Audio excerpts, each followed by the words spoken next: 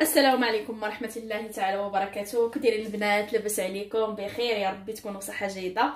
اليوم البنات غندير معكم واحد الكيك اللي كيجي رائع البنات، بواحد المذاق زوين اللي كنا كنبغيو، وبالخصوص في هذا الوقت هذا خصنا نحاولوا نستهلكوه بزاف بزاف، اللي هو البرتقال البنات. فيتامين سي اللي هي مزيانه لينا في هذا الوقت هذا. نمشيو نتعرفوا على المقادير والمكونات وطريقه التحضير. هنا عندي 4 ديال البيضات، وعندي كاس ديال الزيت، وكاس ديال السكر، وكاس ديال الكوك اللي ما تيخطانيش دائما في الوصفات ديالي، وكاس ديال عصير البرتقال، وجوج معالق ديال العصير الليمون ديال الحامض، وقشره ديال البرتقاله، وخماره ديال بيكنج باودر من وزن 15 غرام، وحبيبات ديال الشوكولاط اختياري اللي بغا يديرهم للتزيين، والدقيق على حسب الخليط. نمشيو نبداو على بركه الله. غندير واحد الرشيشه ديال الملح في البول ديالنا، وغندير البيض ديالي،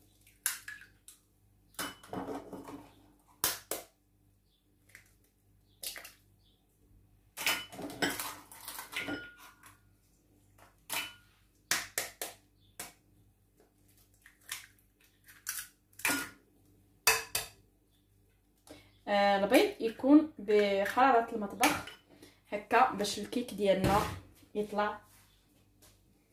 نزيد السكر، ونزيد دوك 2 معالق ديال الحامض مع البيض، كيجي يا سلام، كيطلعوا لينا حتى البيض. وغنخلط الكل مزيان،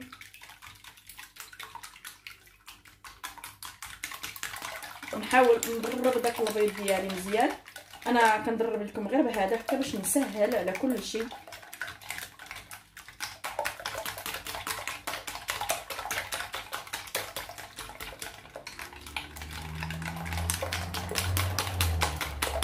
نحاولوا ندربوا مزيان حتى يبيض داك البيض، يولي كله لون ابيض،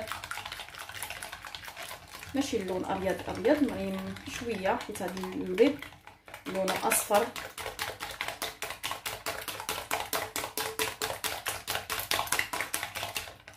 صافي في هذه المرحله غنزيد داك الكاس ديال العصير البرتقال. يا سلام كيجي زوين هذا الكيك، كتجي زوينه. وغنزيد ثاني داك الكاس ديال الزيت،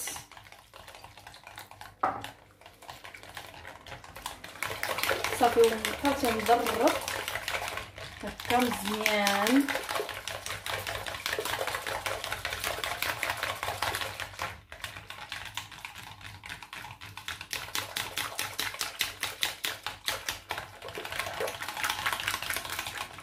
صافي وهنا غنزيد ديك القشره ديال البرتقاله حتى هي،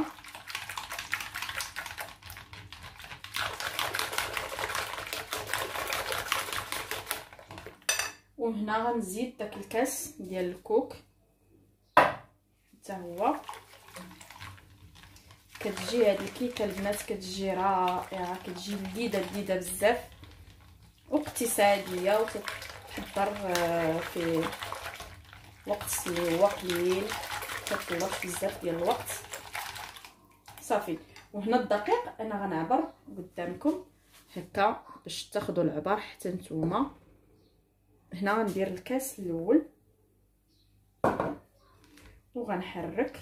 انا الدقيق هنا راه مغربلاه، ضروري يتغربل البنات الدقيق ملي كتبغيو ديروا هكا الكيك والحلويات، ضروري نتغربلوه.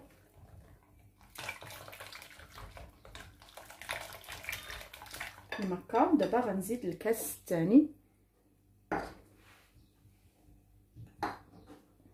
ها هو الكاس الثاني.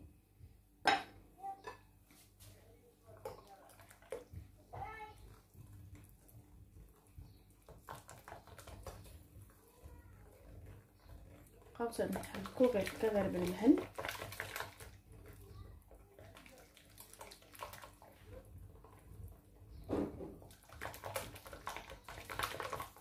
وغنزيد الكاس الثالث البنات قلنا. وغنحرك، نبقى تنحرك هكا مزيان.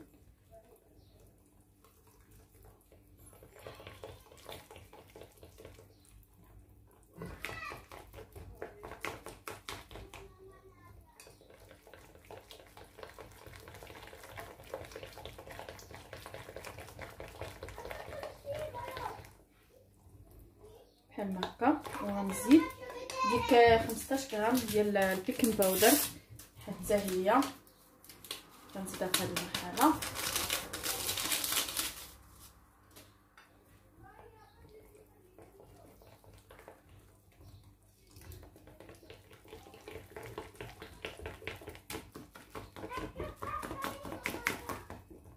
هنا غنزيد واحد نص كاس ديال الدقيق هكا، مقدار 2 معالق ديال الدقيق بحال هكا.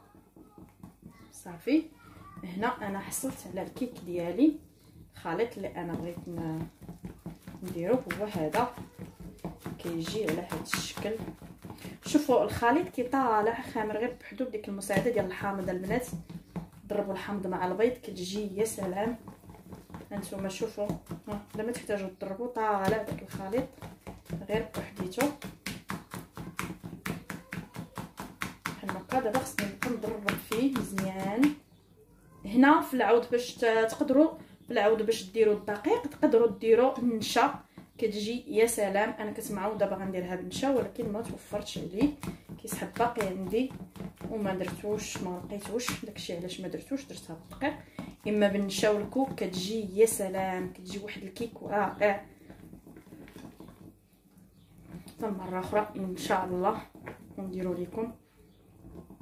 صافي صافي، هذا هو المقدار اللي بغيت انا هكا، هذا الخليط هكا. صافي دابا غنجيب داك المول ديالي اللي غندير فيه، غنديرها في هذا البنات بحال هكا. وغنجيب دوك الحبيبات ديال الشوكولاته البنات وغنديرهم هنا غير شويه، داكشي اللي كتحبوا نتوما. بغيتو تضيفوا ما بغيتوش ما كانش كتشوفوا عندكم هاد الحبيبات ديال الشوكولاته ممكن ديروا حتى الزبيب كيجي زوين. وشي نوع من المكسرات اللي كيعجبكم ديروهم حتى هما كيجيو زوينين البنات. صافي دابا غنمشي غنضيفها في القالب اللي انا غنديرها فيه. شفتوا الخليط خصو يكون شويه خفيف البنات هكا باش داك الكيك ديالكم يجي خفيف، ما يجيش ثقيل ومدقص من الداخل. حيت هو الكيك الا جا مدقص من الداخل راه ماشي كيك. هذاك نرجعوا شي خبزه، الخبزه خصها تجي خفيفه من الداخل. صافي على هذا الشكل هذا. وهنا غنمشي غنديرو في الفران ديالي يطيب. الفران ديالي ديجا راه شاعل على 150 درجه ديال الحراره. دائما نطيبوا الكيك على المهل باش يطلع وباش ياخذ الوقت ديالو في الطياب. نتلاقاو بعد قليل. وهنا البنات من بعد ما طابت لينا الكيكه ديالنا ولا تشمباله، غنمشيو وغنقلبوها في الصحن هذا على هذا الشكل. شوفوها كيف غتجي يا سلام، جات رائعه. كتجي على هذا الشكل هذا. وهنا عندي الحليب محلى يعني نسلي، غنمشي غنطيحو هنايا. نديرو غير خطوط صغار هكا على هذا الشكل. تتجي رائعه البنات.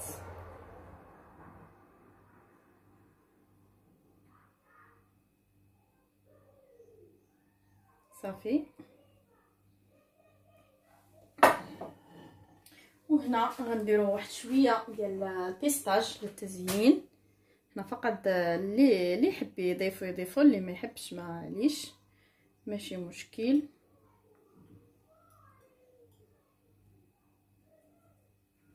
كتجي رائعه البنات.